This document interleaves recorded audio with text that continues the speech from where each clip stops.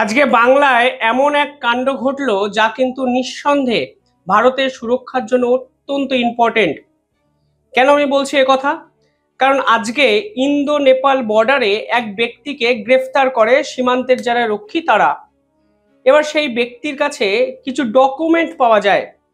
প্রথমত, সেই ব্যক্তিকে জিজ্ঞাসাবাদ করে জানা গেছে যে তার কাছে কেন ভারতের আধার কার্ড এবং একই সঙ্গে বাংলাদেশের ড্রাইভিং লাইসেন্স এবং নাগরিকত্বের প্রমাণপত্র পাওয়া গেছে।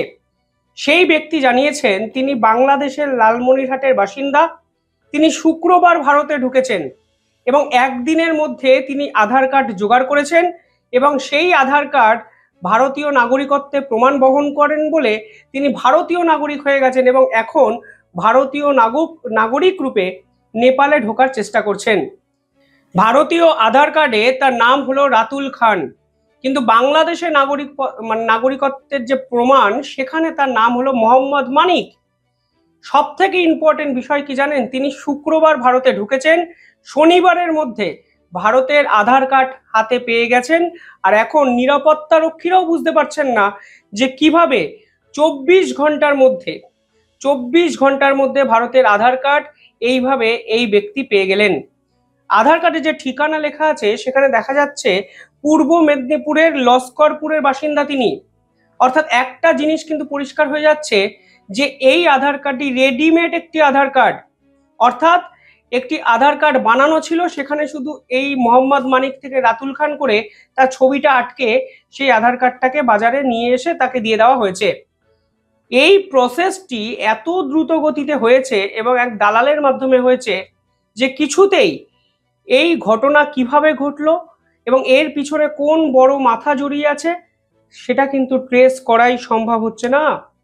পাশাপাশি এই খবর কেন ইম্পর্টেন্ট দেখুন, শেষ এক মাসে আমাদের যে বাংলার যে ফরেন রেজিস্টার্ড রিজিওনাল যে অফিস আছে তারা কেন্দ্রীয় সরকারের কাছে 500টি এরকম নাম পাঠিয়েছে যারা বাংলাদেশি।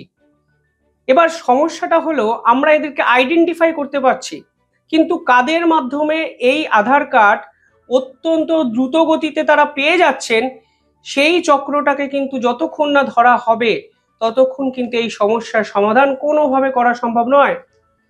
আরো একটা ইম্পর্টেন্ট বিষয় এখানে কিন্তু আমাদের ভাবতে হবে। দেখুন, সেই ব্যক্তি কিন্তু ভারতে থাকতে ঢোকেননি। তিনি কিন্তু বাংলাদেশের লালমনিরহাট থেকে ভারতে ঢুকেছেন, একদিন ভারতে ছিলেন, শুধুমাত্র আধার কার্ডটি চেঞ্জ করে তিনি নেপালে ঢুকে যাওয়ার চেষ্টা করেছেন। আর এখানেই কিন্তু সব থেকে বড় প্রশ্নটি হলো সেই ব্যক্তি কি কোনো না কোনোভাবে আইএসআই এর এজেন্ট রূপে কাজ করছেন? কেন আমি বলছি জানেন? দেখুন, এই বিষয়গুলো নিয়ে যখন আমি পড়াশোনা করি তখন এক মাস আগে একটি অত্যন্ত বিস্ফোরক খবর আমি দেখতে পাই। সেখানে বলা হচ্ছে আইএসআই এবার ঠিক করেছে নেপালকে কাজে লাগিয়ে ভারতকে অশান্ত করার পরিকল্পনা করবে। আমি একাধিক পেপার কাটিং আপনাদের দেখাচ্ছি। দেখুন, আন্তর্জাতিক স্তর বা জাতীয় স্তরের একাধিক সংবাদপত্র প্রকাশ করেছে যে নেপালকে এবার লস্কর-ই তৈবা, জয়েশ-ই মোহাম্মদের মতো জঙ্গি সংগঠনগুলো বেছে নিয়েছে ভারতকে অশান্ত করার জন্য। কারণ নেপাল এবং ভারতের বর্ডারে কিছু ক্ষেত্রে শিথিলতা দেখা যায়।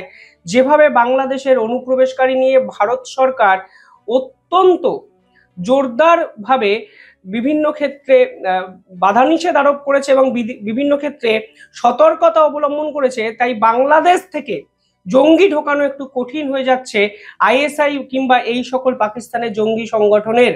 তাই তারা নেপাল বর্ডার থেকে এই ট্রানজিট করিডর হিসাবে জঙ্গিদেরকে কিন্তু ভারতে ঢোকানোর চেষ্টা করছেন। এবং এক্ষেত্রে দেখুন, একই রকম সিমটম আমরা দেখলাম যে বাংলাদেশ থেকে একজন ভারতে ঢুকছেন, ভারত থেকে নেপালে যাবেন।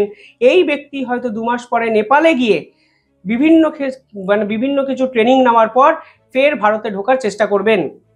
1 মাস আগে দিল্লিতে এই ধরনের 2 ব্যক্তিকে গ্রেফতার করা হয় এবং সেই ব্যক্তিও কিন্তু পরিষ্কার জানিয়েছিল তারা নেপাল থেকে ভারতে ঢুকেছে। ইন্টারেস্টিং বিষয় হলো যাকে গ্রেফতার করা হয়েছে তাকে শিলিগুড়ির খড়িবাড়িতে যে ভারত নেপাল সীমান্ত আছে সেখান থেকে কিন্তু গ্রেফতার করা হয়। অর্থাৎ লালমনিরহাট এই পজিশনটা নিয়ে ইতিমধ্যেই ভারত এবং বাংলাদেশের মধ্যে কিন্তু দ্বৈরথ চরমে।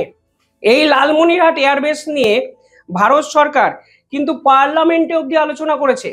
ফলে এই লালমনিরহাট এয়ারবেস হলো চিকেন স্নেক বা শিলিগুড়ি করিডর থেকে অনতি দূরে অবস্থান করছে।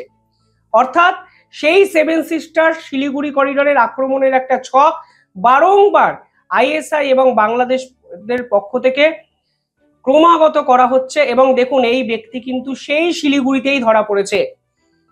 কোনো না কোনো ভাবে এরা কি ম্যাপিং করতে ভারতে ঢুকেছিলেন, নাকি শিলিগুড়ি করিডর কেন্দ্রিক সিকিউরিটি ঠিক কোন অবস্থায় আছে ঠিক সেগুলোকে মাপঝোপ করতে পাঠানো হয়েছিল এই ব্যক্তিকে? আজকের দিনে এই প্রশ্ন তোলা কি ভুল?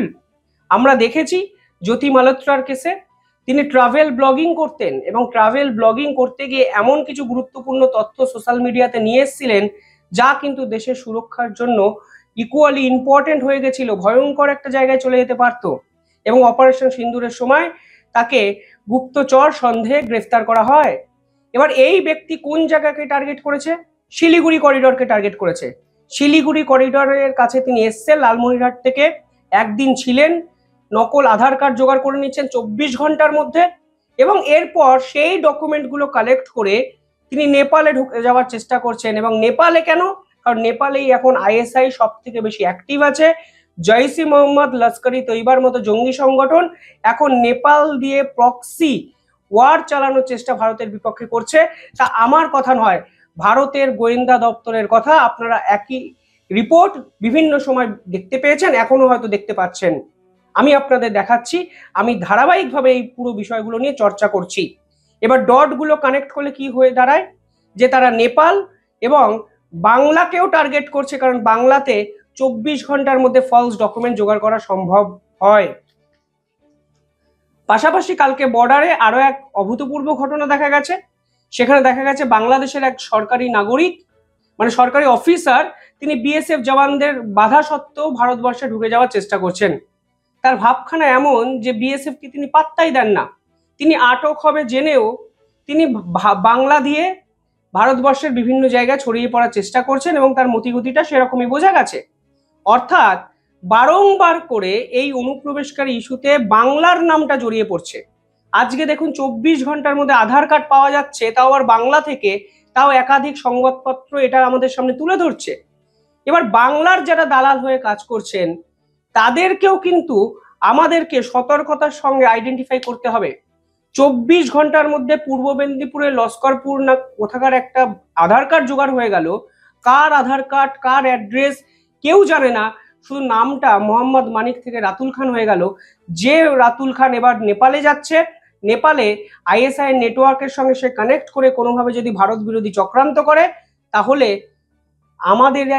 আমরাই কিন্তু বিপদে পড়ব। যে ভারতীয় দালাল এটাকে সাহায্য করছেন তিনি হয়তো কিছু পয়সার জন্য করছেন, কিন্তু আলটিমেটলি আমাদের দেশের সুরক্ষার সঙ্গে তিনি ছেলেখেলা করছেন। বাংলার পুলিশকেও কিন্তু এই বিষয়ে অত্যন্ত তৎপর হতে হবে, কারণ দিনের পর দিন এই ফলস আধার কার্ড তৈরি করার এই চক্রান্ত তা কিন্তু বাংলার একাধিক জায়গায় হচ্ছে। বিভিন্ন সময় কিন্তু মিডিয়া রিপোর্টে আসছে, বিভিন্ন রাজনৈতিক দল এ বিষয়ে কিন্তু অভিযোগ করছে। কিন্তু কড়া হাতে যদি এই পুরো বিষয়টি সমষ্টিগতভাবে নির্মূল করা না যায়, তাহলে কিন্তু ভারতবর্ষের জন্য সত্যি বিপদ ঘনিয়ে আসছে, তা পরিষ্কার কিন্তু বোঝা যাচ্ছে। একদিনে পুরো বিষয়টি কিন্তু হয় না। আপনি যদি প্রত্যেকটি ঘটনা পরপর সাজান, তাহলে দেখবেন অনেক বড় খেলা আন্তর্জাতিক স্তরে চলছে শুধুমাত্র ভারতকে অশান্ত করার জন্য। আর পাকিস্তান তো পরিষ্কার বলেই দিয়েছে তারা এবার পূর্ব দিক থেকে আক্রমণ করবে। এর পরেও কি আমাদের ঘুমানোর সময় আছে? তাই দয়া করে জেগে ঘুমাবেন না কেউ। ঘুম থেকে উঠতে হবে, ভারতকে সুরক্ষিত করতে হবে। রাজনীতি অনেক পরে করার সময় পাওয়া যাবে। যদি আমাদের দেশ সুরক্ষিত থাকে তাহলে রাজনৈতিক নেতারা সুরক্ষিত থাকবেন, আমরা সুরক্ষিত থাকবো। যাই হোক, কমেন্টে জানাবেন পুরো বিষয়টি কিভাবে দেখছেন।